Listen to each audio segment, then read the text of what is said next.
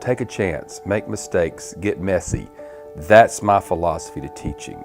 I figured with these kids, the more they could touch something, the more they could put their hands on it, the more they could fail with it, the better they're going to learn it. STEM allows us to fail. It's okay to fail. Learn from your mistakes. Okay, it took you 10 times to get it right, but that's 10 times not to do it that way. John Phillips is the kind of teacher, and you'd want your child to be in his class because you know you're going to get feedback. You know your child's going to be happy. You know your child is not just going to be reading textbooks and doing worksheets, that they're actually going to be involved in research. What I'm trying to accomplish is a better understanding of how science works.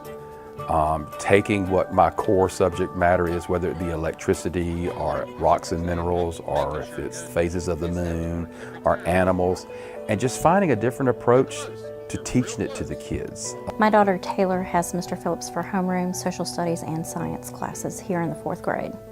Taylor has unfortunately never particularly been interested in science. My 5-year-old asked a question about circuits. Before I could even answer, Taylor, sitting next to him in the back seat, pops up with this explanation about circuits and how they work and why it makes the fan go when the light switch is cut on and off. My husband and I looked at each other and went, yes, this is great. This is exactly what we want for her.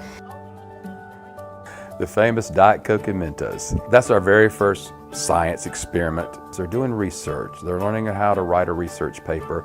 They are talking about the scientific method. And we end up with about 80 bottles of Diet Coke and about 5 pounds of Mentos. And we go out on the playground and we will start dropping Mentos and Diet Cokes.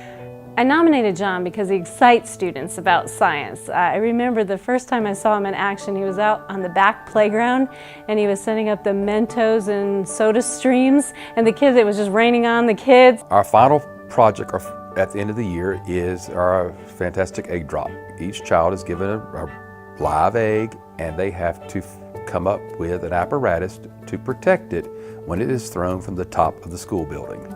Sometimes you can hear them hit and everybody goes, ooh. So the more I can make science relevant, make it fun, engaging to those students, it's going to stay stuck in their head.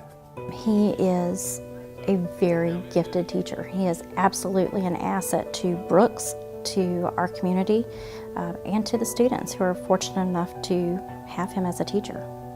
It's pretty clear that if kids don't have some hook into it, by the research, by 6th or 7th grade, chances are not good that they're going to be hooked into it. So definitely Mr. Phillips' classroom helps them hook in at an early age. And I think what's important too is many years afterwards, when students come back, they're like, yeah, Mr. Phillips, he was awesome. When you see that student that got the idea, or understood the concept, or something as simple as made a light bulb come on, they accomplished something. They did it on their own. I want to leave this world better than I came into it, but I enjoy just seeing the kids' eyes light up and understand something new for the first time. It's kind of a neat feeling.